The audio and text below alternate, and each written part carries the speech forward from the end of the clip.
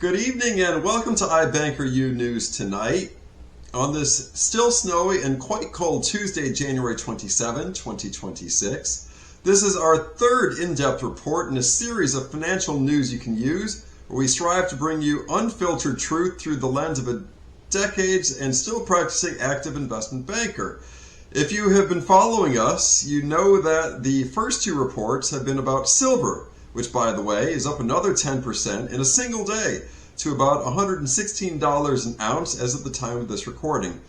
Please watch both previous reports if you have not already, as they will provide needed context as we journey to the other side of the inflation hedge universe tonight, Bitcoin. What is Bitcoin? What caused its stupendous rise? Is it here to stay? Where is it headed? And most importantly, what can we learn from this financial instrument and how should one position? Hatfields and McCoys, Montagues and Capulets, sound money, and Bitcoin. Few financial topics are more divisive than Bitcoin. In the nearly 2 decades since Bitcoin's inception, true believers have speculated where their mouths are and become fabulously wealthy in the process. In trading, the only difference between a genius and an idiot is timing. Bitcoin believers are looking very smart presently, and we commend them for acting on their beliefs and earning amazing returns in the process. I know I'm going to catch a lot of hate for this take, but I promise it is worth a full listen. Roast me in the comments. Tell me to enjoy staying poor. What follows is why I'm a proud no-coiner. Much like the college freshman homeschooled virgin who inexplicably and unbelievably has a Victoria's Secret model, back when they were actually considered universally attractive, that is trying everything she can to take his V-card, I have stayed true to my convictions, something that has cost me multiple lifetimes equivalent of my investment banker pay. So why do I continue to resist the siren call of fast, easy, and stupendous gains from Bitcoin? Perhaps I'm just wrong, and I can learn from the comments. Maybe I'll retract everything in this video. However, I sincerely doubt it, and here is why. Beginning with the end in mind, due to where Bitcoin is today, Bitcoin is the ultimate risk-on asset. I prefer to conceptually think of it as a meme coin, though acted out over a longer timeline. The coming rug pull will be a masterclass in criminality. It may not come today. It may not come tomorrow, but no mistake, it will come. The trick, like any momentum trade, will be to call the top and be out before the fall. If your crystal ball is that good, you will be stupendously wealthy. If not, watch out below. It will be gradual until it is sudden. In short, it is a bubble, a liquidity trap that ends as all bubbles always do, transferring massive wealth from the many into the hands of the few. Choose to hold it only if you can afford to, but allocate it in the same class you would allocate lottery tickets and horse race money. I make no prediction as to how far the bubble will inflate before it pops, but I am convinced it will pop. My analysis follows. How did we get here? We will begin with an examination of Bitcoin's very brief history. Imagine it is Monday, October 13th, 2008. The world financial system is on the brink of complete and spectacular failure, something incomprehensible just weeks prior.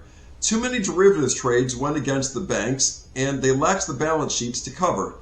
Much like a day trader who took the wrong side of a trade and found their account blown up, but at an institutional level. For context, the Dow Jones Industrial Average had fallen from about 11,000 to about 8,000 over the 2 previous weeks. Something had to be done, or the insolvent banks would bring the solvent ones down with them. Enter the U.S. Federal Reserve. Ben Bernanke summoned the top investment banks and commercial banks to appear at the Fed.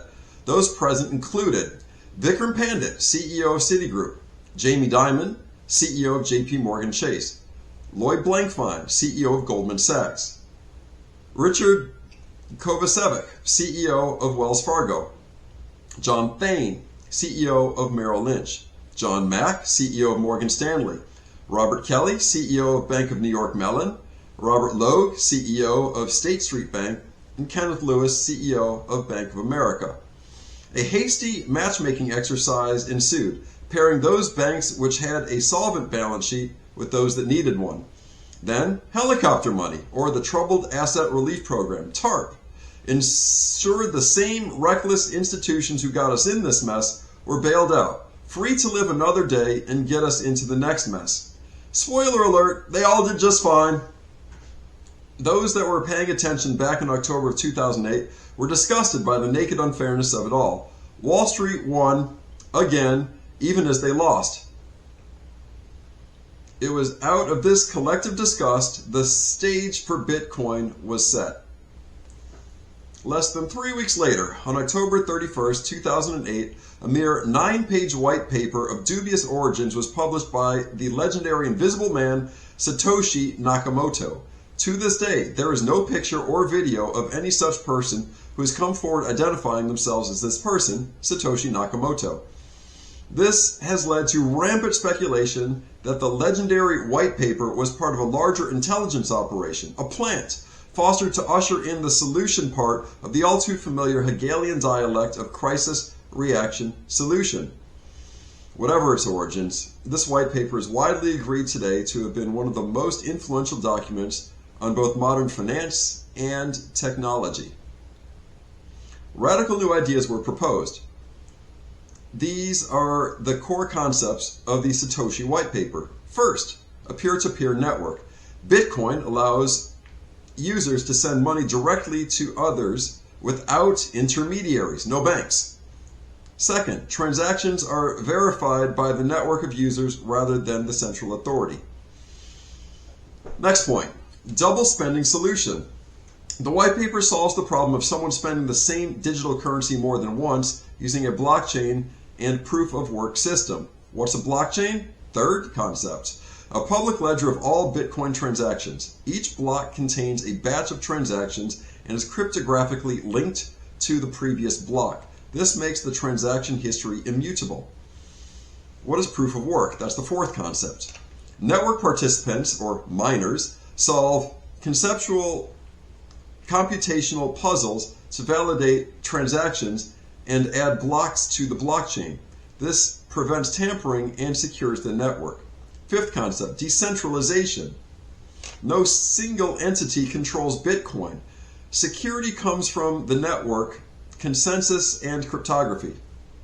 Got that? Decentralization? It's an important concept. We'll revisit that momentarily. And lastly, and the most important concept in this, is limited supply. The total number of Bitcoins is famously capped at 21 million, creating scarcity similar in concept to that of precious metals. But did you catch that? Decentralization? This was the anti-Federal Reserve, the anti-central bank.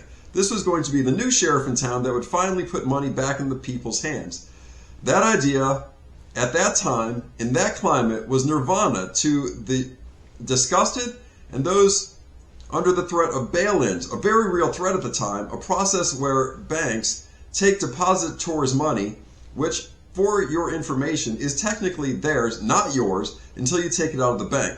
Hence bank runs of the past, which we will examine in another video, but for now, back to Bitcoin. So, was nirvana achieved? Did true decentralization actually happen? Is that where we are today? Now, you didn't think the creature from Jekyll Island was going to just allow some new upstart to come in and supplant them without corrupting it and eventually owning it, did you? There's a bunch of history and nerdery, but in brief, no. It happened just as you would cynically think it would. Bitcoin is now centralized. Here's how it happened. First, the miners. Somewhere between 2013 and 2017, the miners consolidated. Even before then, many of the exchanges and custodial services held the majority of mined and available Bitcoin. That wasn't lost. ETFs were next up in Bitcoin's bastardization, and they are a doozy. Get this, ETF investors invest in paper versions of Bitcoin, but never get to hold the real thing, and I use that real thing term very loosely. So like a commercial bank holding your fiat, the ETF holds your Bitcoin.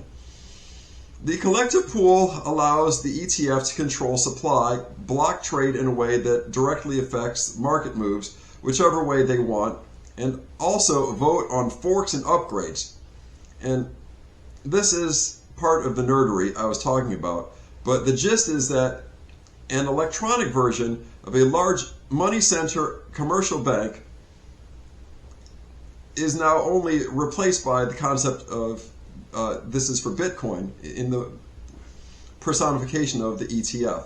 So meet your new boss, same as the old boss, but I've saved the best for last. Tether. Tether, also known as USDT, is one of the most Orwellian names ever conjured. It is something called a stable coin. In plain terms, it is really more of a price control mechanism. Traders use this primarily on the Ethereum ERC20 and Tron TRN20 blockchains to buy and sell Bitcoin without touching fiat. So you got that? More paper! The same way metals are allegedly manipulated down today via paper proxies in lieu of physical, Bitcoin can be allegedly manipulated up or down, or whatever side of the order book the large counterparties agree to take that day. Like any commodity, the derivative ultimately drives the real. The tail wags the dog. Like that video where you're supposed to count how many ball passes are going back and forth, and you are asked to rewind the tape and notice the gorilla gingerly walking through and waving in the chaos. Tether, USDT, is that gorilla, and you, untrained speculator, are that distracted, furious non-observer. But hey, maybe I'm wrong. Maybe I'm way off. I'm not too proud to be educated. Please tell me where I'm wrong. I highly encourage you to comment below, and the more detail the better.